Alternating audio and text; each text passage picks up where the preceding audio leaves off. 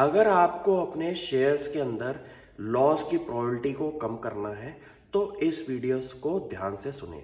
कि कोई भी कंपनी की जब अर्निंग्स रिलीज आती है तो उसके अंदर कुछ स्टेटमेंट होती है कैश फ्लो स्टेटमेंट के नाम से। उस स्टेटमेंट के अंदर एक इम्पॉर्टेंट पार्ट होता है कैश फ्लो फ्रॉम ऑपरेशंस। अगर कोई कंपनी का रेवेन्यू लेट सपोज 20% से बढ़ रहा है और कंपनी के प्रॉफिट्स भी 20% से बढ़ रहे हैं, लेकिन कंपनी की कैश फ्लो फ्रॉम ऑपरेशंस जो है वो सेम परसेंटेज के आसपास नहीं बढ़ रही, तो ये एक बहुत बड़ा रेड फ्लैग है कि कंपनी अपना मार्केट के अंदर जो माल बेच रही है उसके अंदर वो ज़्यादा परसेंटेज हमारा उधारी पे माल बेच रही है और कंपनी की बैलेंस शीट के अंदर उस माल को बेचने के बाद कैश नहीं आ रहा। तो ये हो सकता है कि अभी कंपनी की शेयर प्राइस परफॉर्मेंस के अंदर इसका इफेक्ट ना आए, क्योंकि आप नोटिस करेंगे कि कंपनी का जो शेयर प्राइस है वो बहुत तेज़ी से बढ़ रहा है आफ्टर रिजल्ट्स, क्योंकि कंपनी ने अपने रिजल्ट्स जो हैं वो बहुत बढ़िया दिखाए हैं 20% ग्रोथ करके। लेकिन इसमें सबसे बड़ी प्रॉब्लम ये है कि कोई भी कंपनी अगर मार्केट के अंदर अपने प्रोडक्ट्स एंड सर्विसेज बेच रही है और उस प्रोडक्ट एंड सर्विसेज बेचने के बाद कंपनी की बैलेंस शीट में कैश नहीं आ रहा,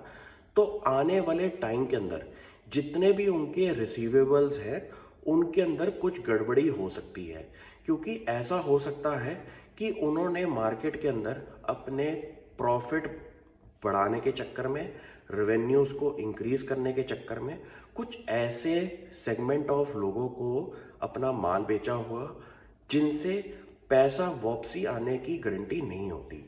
तो आपने ये नोटिस किया होगा कि कुछ कंपनीज अपनी प्रॉफिटेबिलिटी के चक्कर में बहुत तेज़ी से अपना रेवेन्यू ग्रोथ करती हैं और उनके जो रेवेन्यू ग्रोथ की वजह से उनका शेयर प्राइस बहुत तेज़ी से बढ़ता है। लेकिन कोई कंपनी अपनी अगर रिसीवेबल्स जो हैं उन पे कंट्रोल ना कर सके तो वो कंपनी कुछ टाइम के बाद गड़बड़ी कर सकती है बहुत बड़ी। क्योंकि अगर आपने माल बेच दिया और आपको अगर इन रिटर्न कैश नहीं मिलेगा तो आपका आने वाले टाइम के अंदर बैड डेट्स इंक्रीज हो जाते हैं और आपका जितना भी प्रॉफिट होता है कुछ सालों का वो 1-2 सालों में ही निकल जाता है। तो ऐसी कंपनीज पे आप फोकस करें जिनकी रेवेन्यू ग्रोथ, प्रॉफिटेबिलिटी ग्रोथ और कैश फ्लो फ्रॉम ऑपरेशंस की ग्रोथ आसपास मिलती रहे,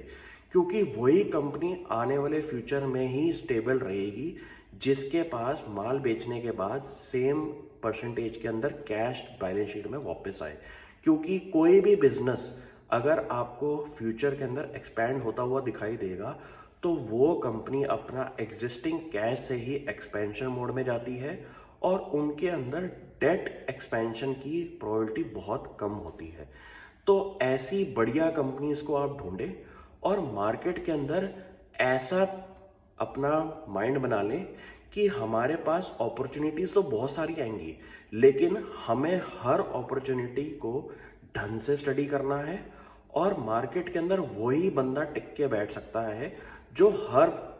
अपॉर्चुनिटी में से कुछ ऐसे रेड फ्लैग्स ढूंढे। क्योंकि आप अगर लंबे टाइम के लिए मार्केट में बैठे हुए हैं तो आपको ऐसी कंपनियों के साथ एसोसिएटेड नहीं रहना जिनका मार्केट के अंदर अभी तो प्रेजेंट के अंदर बहुत बढ़िया हिसाब चल रहा है, लेकिन फ्यूचर में उनकी शायद शेयर प्राइस परफॉर्मेंस के अंदर गिरावट की प्रोबेबिलिटी बढ़ सकती है। तो मैं भी ऐसी कंपनीज ढूंढता हूं जिनको मैं स्टडी करने के बाद इग्नोर कर सकता हूं और ऐसा हो सकता है कि प्रेजेंट के अंदर मेरा एक अपॉर्चुनिटी लॉस हो जाए, लेकिन फ्यूचर अगर आपको अपना बढ़िया रखना है तो ऐसी कंपनीज के साथ ही जुड़े रहें जो कि आपको कंफर्ट पोजीशन दे अपनी पोर्टफोलियो के अंदर। तो मैं आपको एक सलाह दूंगा कि आप स्टडी ज़रूर करें हर कंपनी को, लेकिन ज़रूरी नहीं है कि हर कंपनी में आपको इन्वेस्टमेंट भी ज़रूरी करनी है। Thank you.